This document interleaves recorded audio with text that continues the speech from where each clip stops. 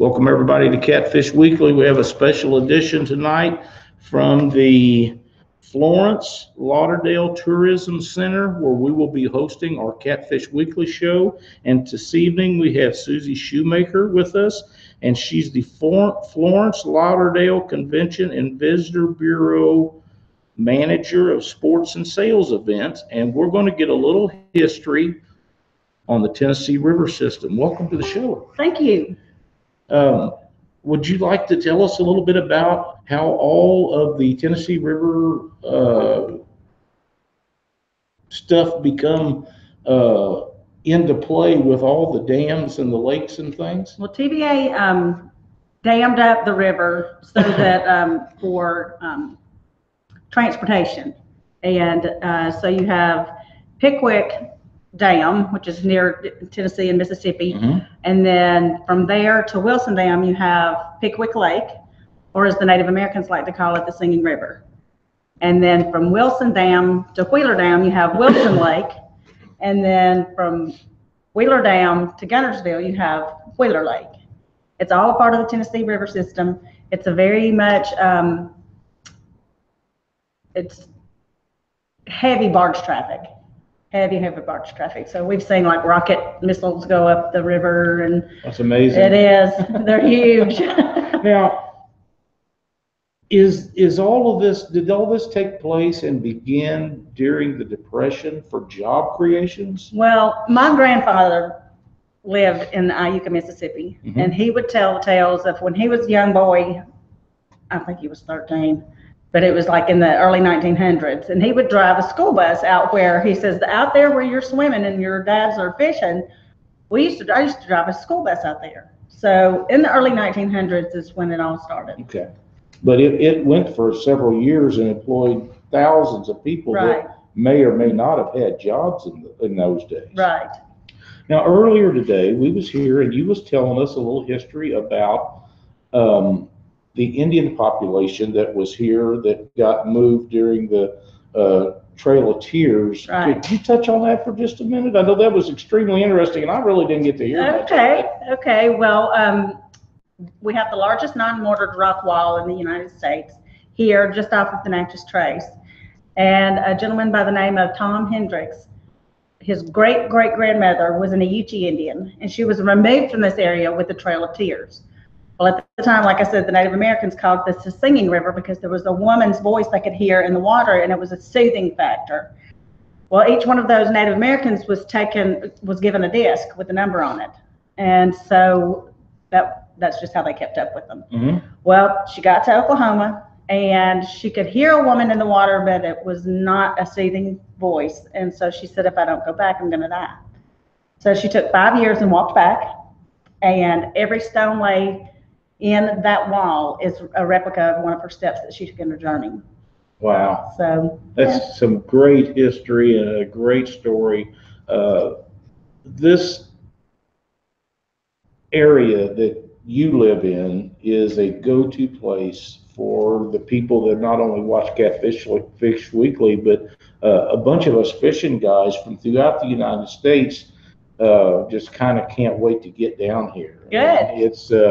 It's amazing fishery, and one of the reasons that it is so good is because of regulations that your state has put into effect to preserve the breeding size and trophy size fish. And that is so important, and a lot of the other states don't get on board with it. And in the wintertime, when everybody else is sitting around and they're not getting tourist travel, you're getting hundreds of people to come down here to fish in your area. So that in itself is a huge deal. It is. It's a great economic driver in our area. We love to have visitors. We love for them to stay in our hotels, in our campgrounds, shop in our local shops, eat our local food, because it's all really good. It really is. We had a sample of that today, but you know, we come from Missouri, and I don't remember what Jody and Daniel had told us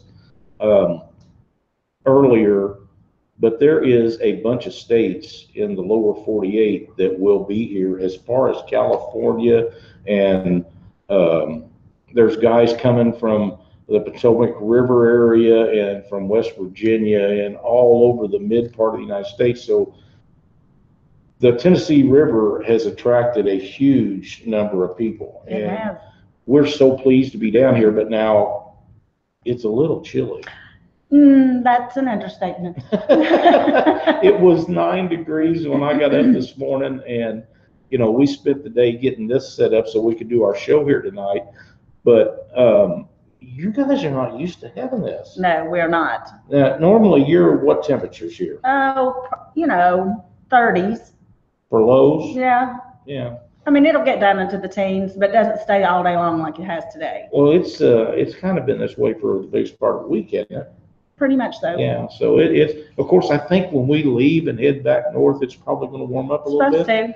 Supposed to. But it is what it is. But it's a great fishery. The history, your sporting events that you hold down here, everything is just so wonderful.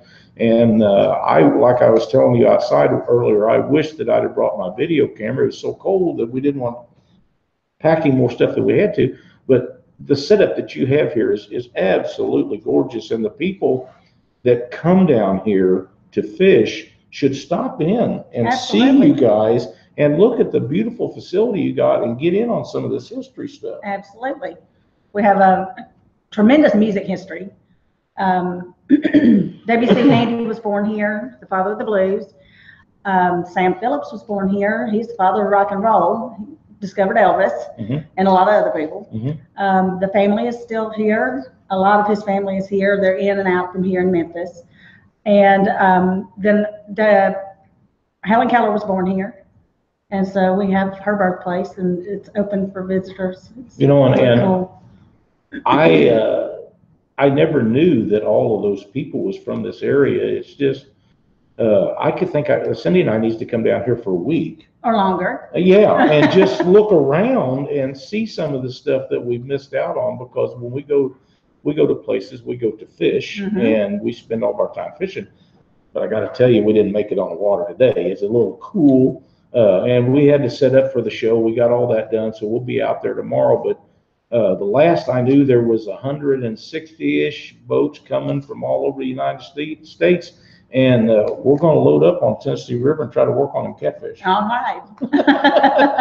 Listen, we can't thank you enough for letting us use your facility for our show tonight.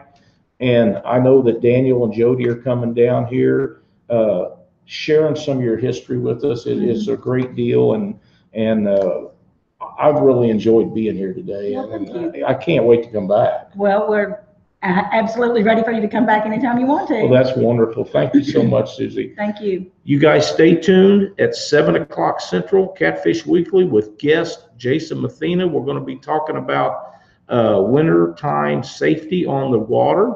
We're going to be talking about winter blues on Wheeler. Jody Harrison and Daniel Parsons is going to join us. So hang tight at 7 o'clock. We'll be right back. If you didn't get to see this show, this special, to get involved with some of the history of this area, you need to watch it. It'll load up here on YouTube in just a few minutes, and we'll see you again at 7. Thanks for watching.